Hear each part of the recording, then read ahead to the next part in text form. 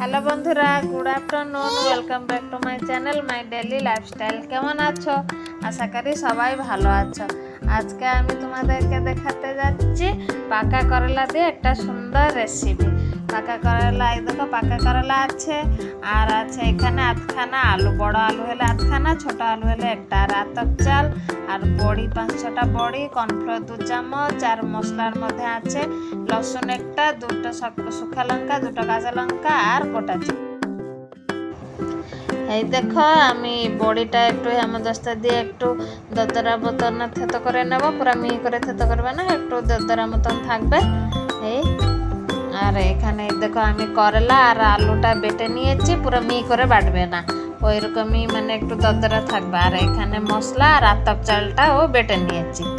এইবারে করলার মধ্যে এই বড়ি দিয়ে দিলাম, স্বাদ মতন নুন দিলাম, আর এই যে আতপ চাল আর মশলাটা বেটে রেখেছিলাম সেটা ওর মধ্যে আমি দিয়ে দেবো।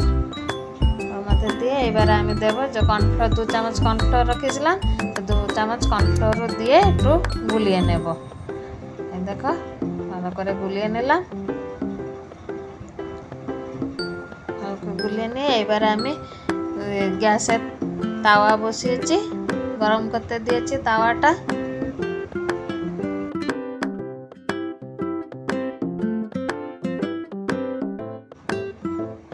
তাওয়াটা গরম হয়েছে, এবার ওর মধ্যে আমি দিয়ে দিলাম তেল।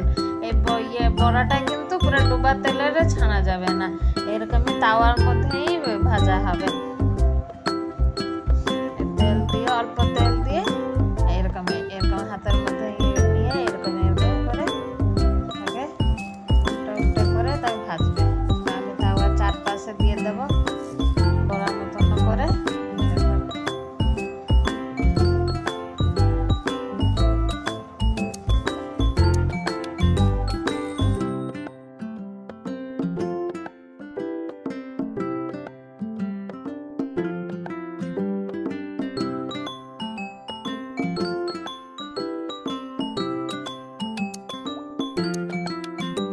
সবগুলো দিয়ে দিলাম।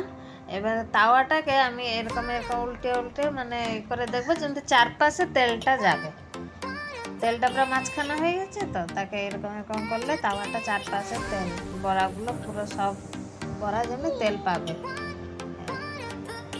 দেখছি হয়নি, বড়াটা হয়নি, ওই জন্য উঠছে না। বড়াটা যখন ভালো করে হয়ে যাবে উঠবে ভালো করে। যেটা হয়নি ভালো করে সেদ্ধ, ওই জন্য উঠছে না। দেখো বড়াটা হয়ে গেছে, এবার দেখো আরামসে হয়ে দেখো উঠে গেল। দেখো কিন্তু বেশি তেতোও লাগবে না, যে বাচ্চারা করলা খেতে চায় না, এরকমই করে দিলে বাচ্চারাও খাবে আরামসে, ভালো লাগবে, বড়রাও খাবে।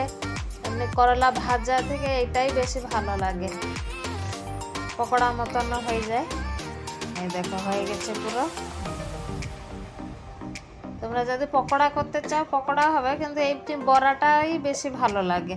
পকোড়া বেশি তেল, যারা কম তেল খেতে চায় এই কম তেল দিয়ে এরকমই বড়া করে খেয়ে নেবে। পকোড়া করলে তো ডুবা তেলে ভাজতে হবে।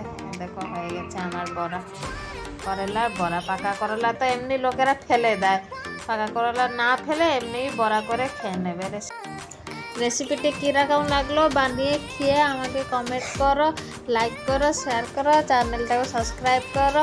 ভালো থেকো, সুস্থ থেকো, টাটা, বাই।